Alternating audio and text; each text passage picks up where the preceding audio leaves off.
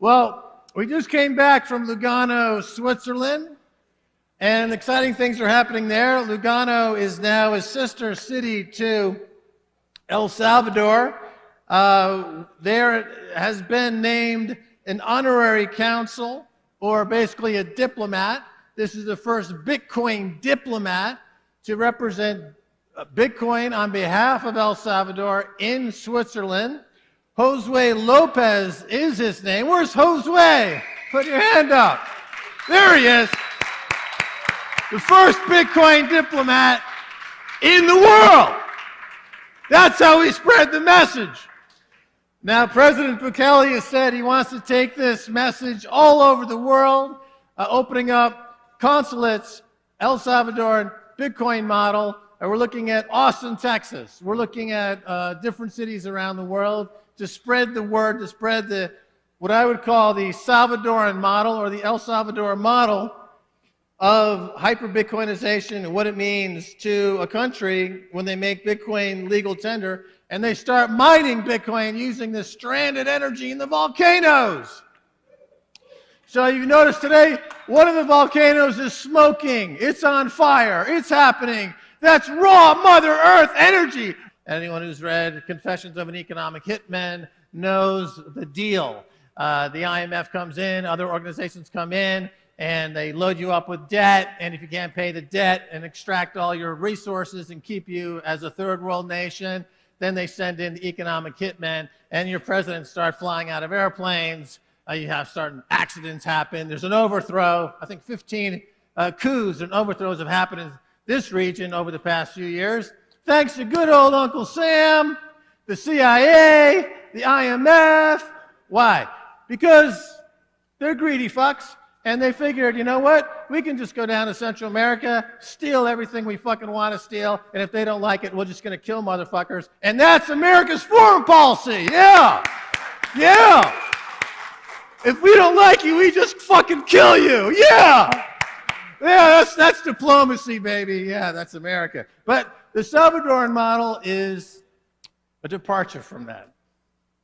So what happens when you have a president making Bitcoin legal tender and you end up with the Salvadoran dream and the El Salvador model over the coming years in an attempt to secure oil and keep it out of the hands of the Chinese? So if you want to look into that a little bit more, you can find out about America's exploit in Iraq and how that was all designed years before to try to at least keep the oil from the Chinese, which is the existential enemy at the moment.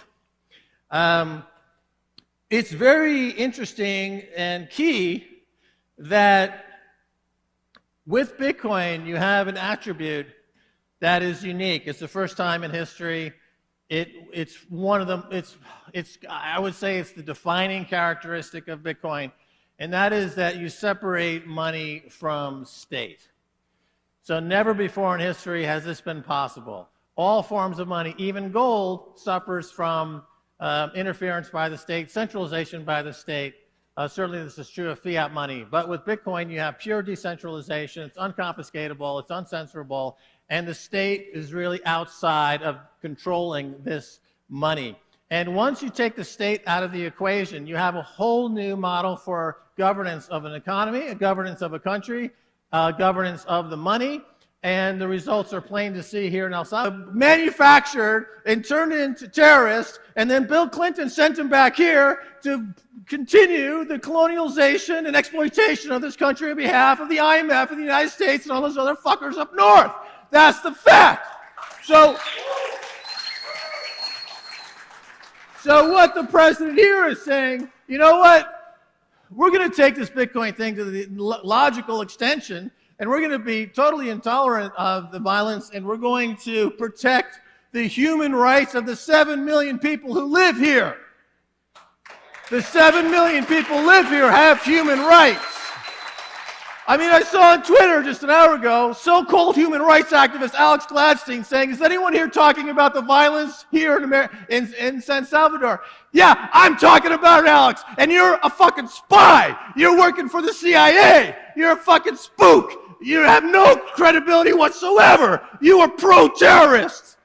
Come on down here. I've invited him innumerable times, but he's too chicken shit because all of his assumptions will be destroyed. All of his programming from his little handlers will be erased.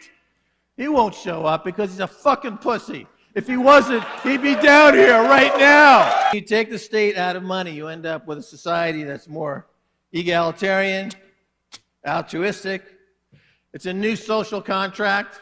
You know, in the United States is the product of the age of enlightenment, the age of human rights, the idea of an enlightened social contract between the governed and the governance, and those being governed, and the idea that there's a quid pro quo and that there's somehow going to be an ability to live in concentrated populations in a way that's mutually beneficial for all. And we came up with something called the Constitution and the Bill of Rights, and government by and for the people. And that's been really effective for a while, but in the last 50, 60 years, it's been co-opted by a centralizing cartel of bankers who have played the system and gamed the system and printed lots of fiat money.